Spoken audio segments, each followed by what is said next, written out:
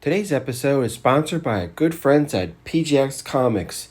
Why don't you make the switch and see the difference? Switch to PGX Comics, shipping nationwide.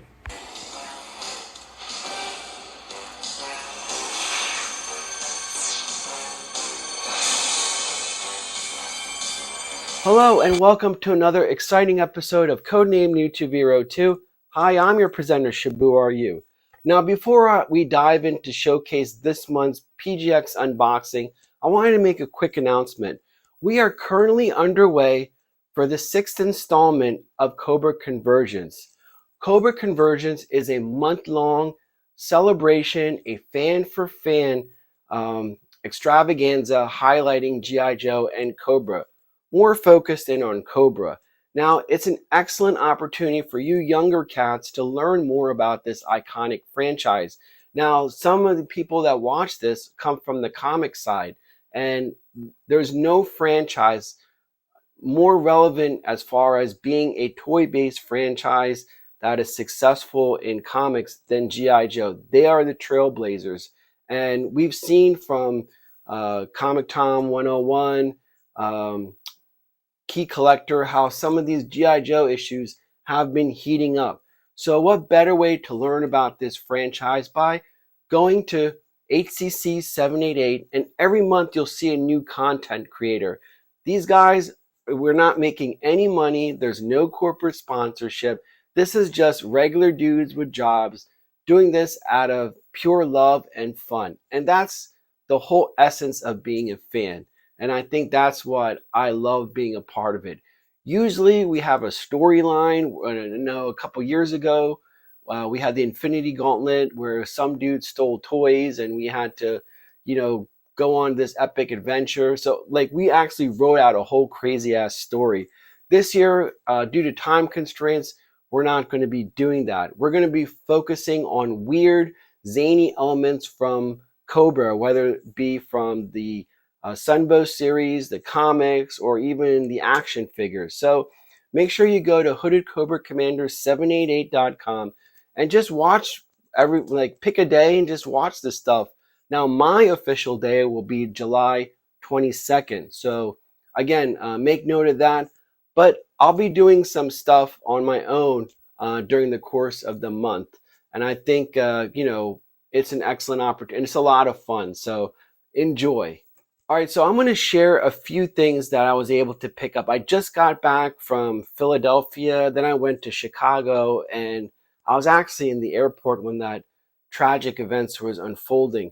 But while I was back in Philadelphia, I found some stuff from my childhood. Well, one thing that I found that's actually kind of crazy, and that is this 1982 Dukes of Hazzard plate. Now, it didn't occur to me until I brought it home that I was eating from a plate with the Confederate flag all this time. Again, I know this was a more innocent time back in the 80s, not what I know with the current climate and all of the, the terrible stuff of treason on January 6th. But let's put all that stuff aside. I mean, Dukes of Hazzard, a lot of us Gen Xers love Dukes of Hazzard. And so I just thought that it was funny that I had this plate all this time. It's from 1981. So I sure as hell ate from a plate with the Confederate flag. So I just thought that was kind of funny and, an innocent time. We all love Dukes of Hazzard, and it's just a part of our upbringing. The next thing I want to showcase is my new t-shirt. I got this. If you 80s kids would know Powell Peralta back in the day for skateboarding. So what better to combine Powell Peralta and Skeletor from Masters of the Universe. And this is a freaking badass shirt. So I was able to find it on Etsy. And as soon as I saw it, I was like, I got to get this thing because I like both. And the next thing, last thing I picked up was the Bo-Katan crease in the retro Kenner line. And I know my regulars know I've said some not so nice things about the sequel Star Wars trilogy, Disney Star Wars as a whole, but as a Gen Xer, it is so tough to pass on this particular style of action figures because this is where everything started. Everything today started from these Kenner lines. So when I see one of these, it's like, my brain shuts off and I immediately want one. And I have no reason to get it. I have no, but it's just one of those things that you can't help yourself because of the nostalgia. I mean, look at this.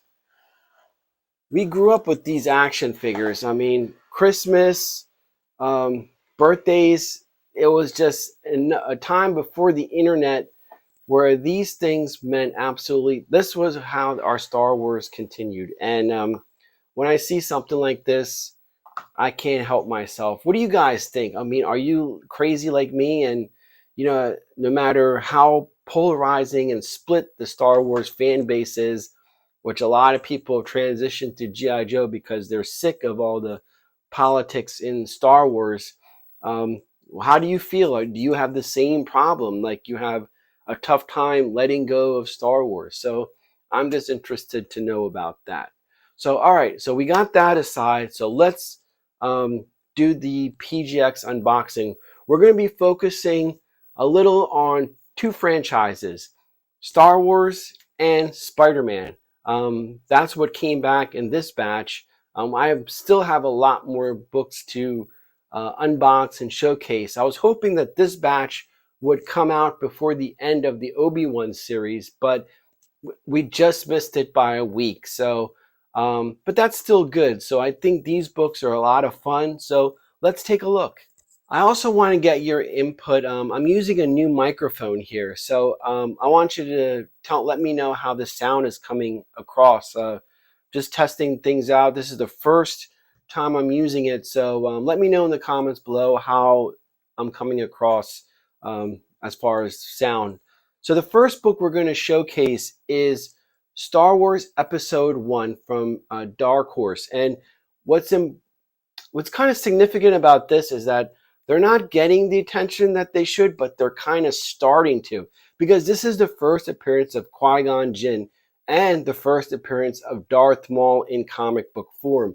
And remember, back this Dark Horse paper was the same shit quality paper like I mentioned about the Valiant, Nintendo, Game Boy, Zelda comics from the late 90s, early 2000s. So the same thing applies. The paper quality on these books are absolutely horrendous. But remember, this was a time where Marvel didn't have the Star Wars license and Dark Horse did.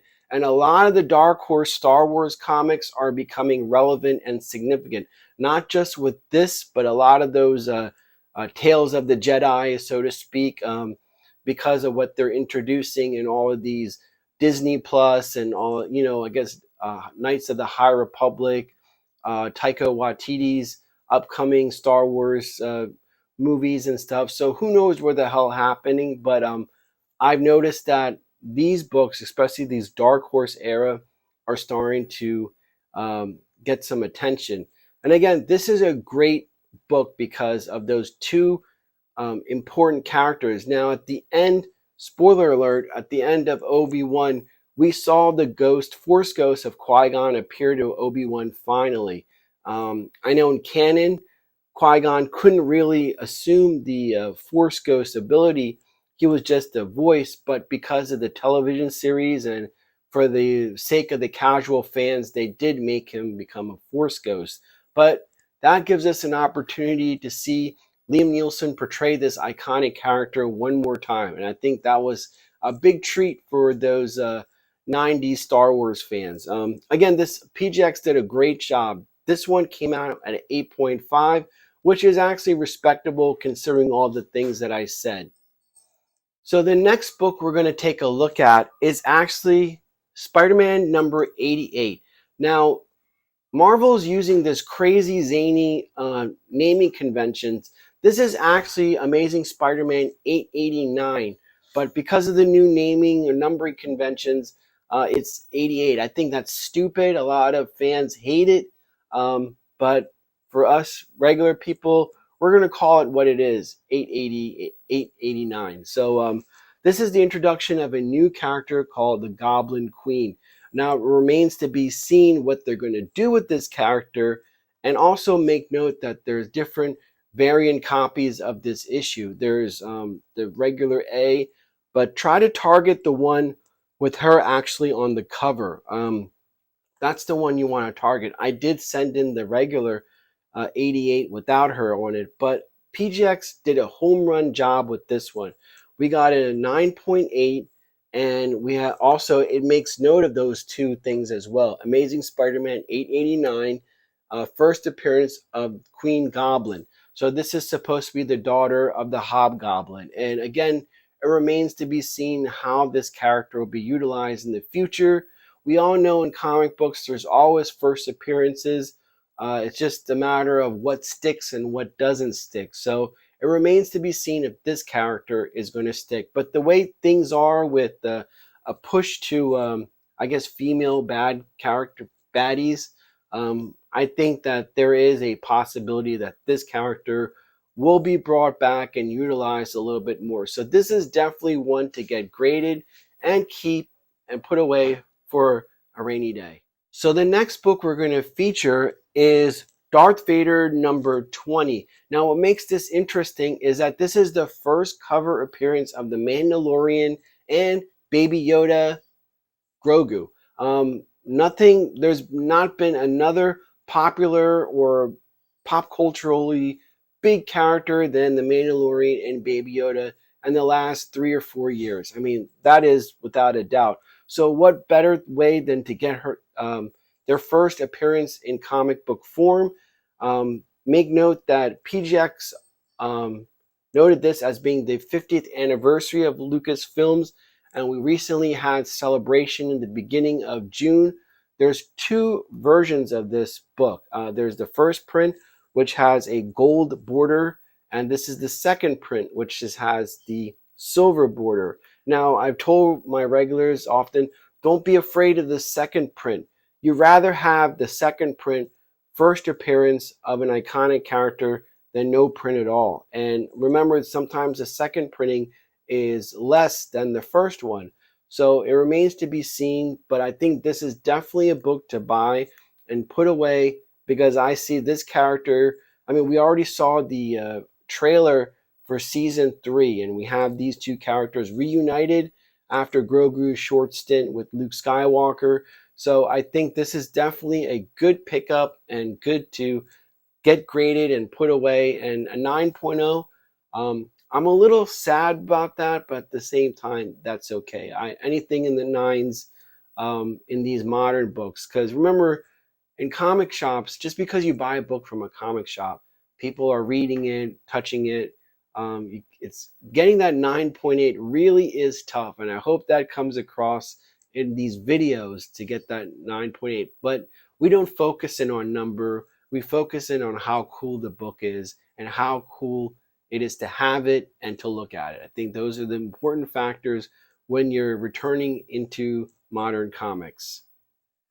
So we're going to take a little break from both Spider-Man and Star Wars and take a look at Thor number 20. Now, with Thor Love and Thunder coming out tonight and tomorrow, depending on when you watch this, we know Gore the God Butcher is going to be killing a shitload of gods.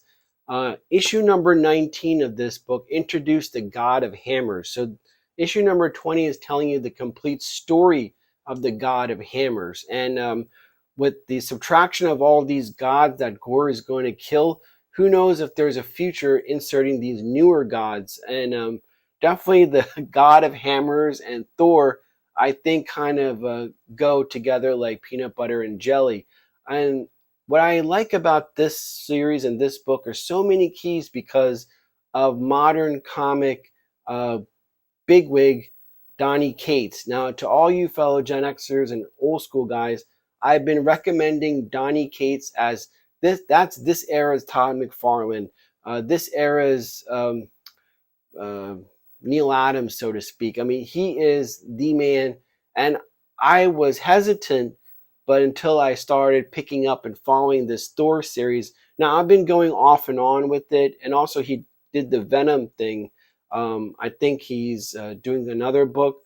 I featured it, Crossroads. Yeah. So I think those are great starters to check out this new artist and to dive into modern comics. I think Donny Cates is really good. I enjoy his work so far, especially in Thor.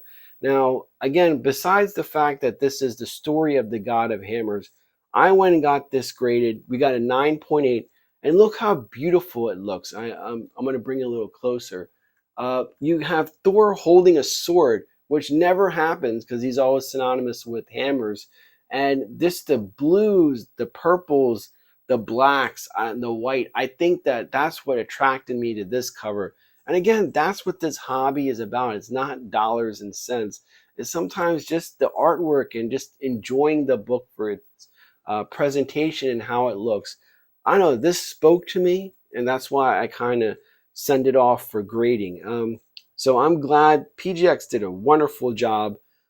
Again, the same naming convention. I like how PGX does that. This is actually Thor 746, but because of this new silly Marvel thing, it's Thor number 20. So I like that PGX does that. Some companies don't. And again, the back of the book, it just looks beautifully. It's just beautifully done. All around, wonderful job by PGX, and glad to have this in my collection. All right, so the last book from this unboxing that we're going to showcase is Amazing Spider-Man number 93. Now, actually, Amazing Spider-Man 894. Now, what's interesting is this is the whole Ben Reilly and Peter Parker thing where he turns into a villain called Chasm.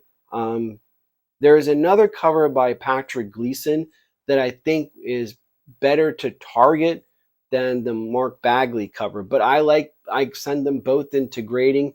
It just so happened this one came back first.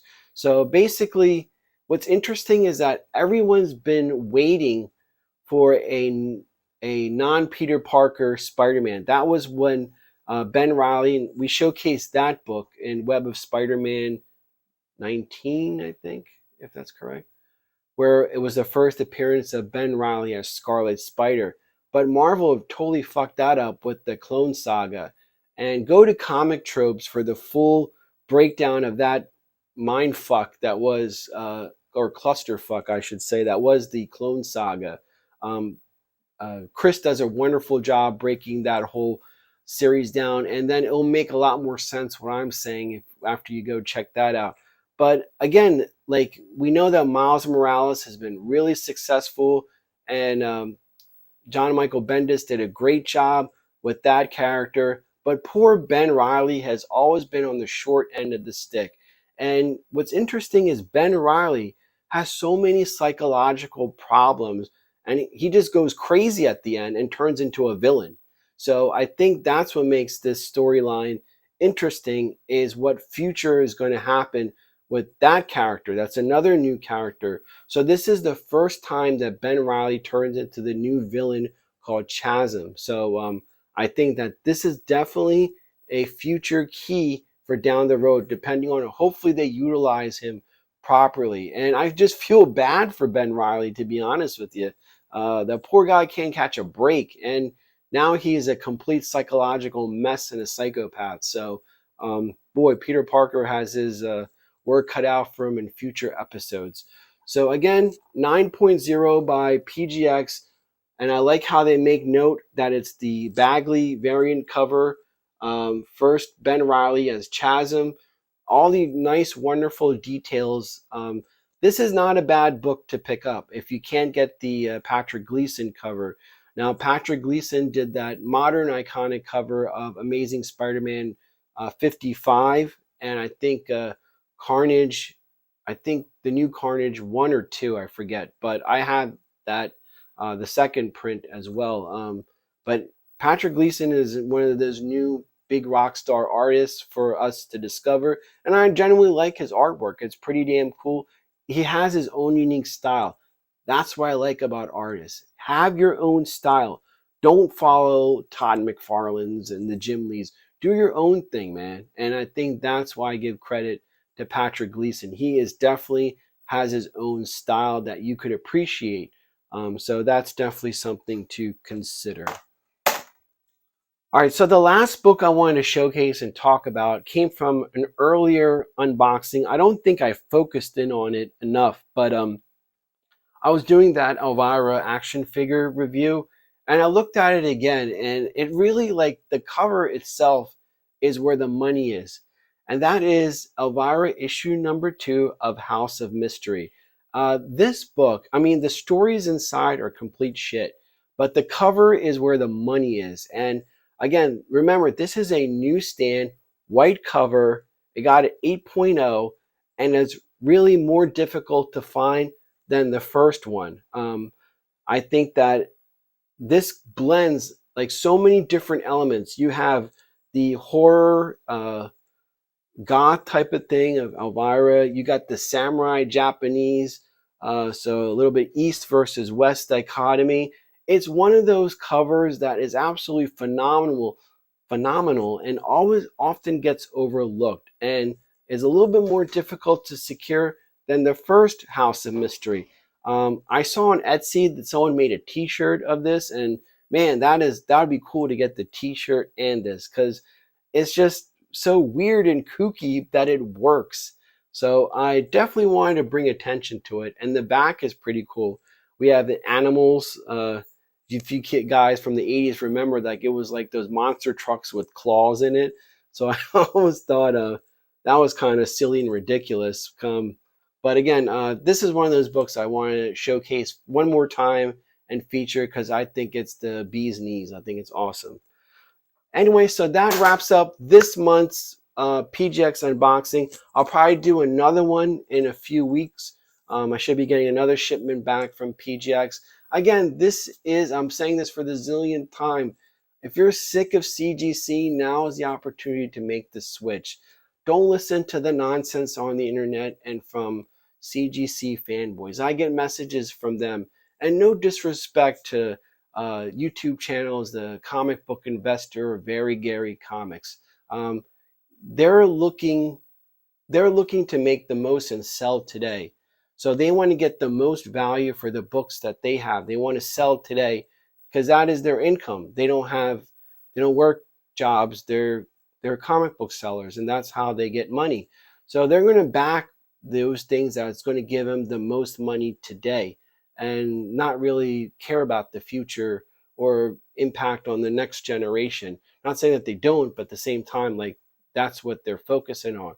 And yes, CGC will give you more money if you sell your books today versus a PGX book or EGS books. Unfortunately, that's the way things are. But a lot of people are getting fed up and sick of that.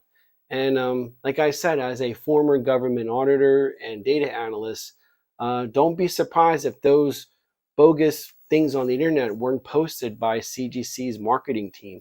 That's how you get rid of the competition, by creating something. I'm giving you my personal experience from dealing with these companies, and I've been treated like a human being. I've gotten fast turnaround times. I've gotten a quality product, and I have utilized CGC before. And I didn't think, I didn't like how I was treated. And it's like, basically they're like, hey, we're doing you a favor. No, that's not how it works. Like, I'm the customer. You're supposed to respect me and value me. It's not the other way around. And a lot of people are getting fed up with CGC's corporate shenanigans. So try it yourself. Send in a few books. See for yourself. And I'm just telling you my experiences, so you could make that decision for yourself. Anyway, again, don't forget to check out all the episodes for Cobra Convergence. And again, we'll see you in the next exciting episode of Codename New to Vero 2. This is Shabu RU, signing off.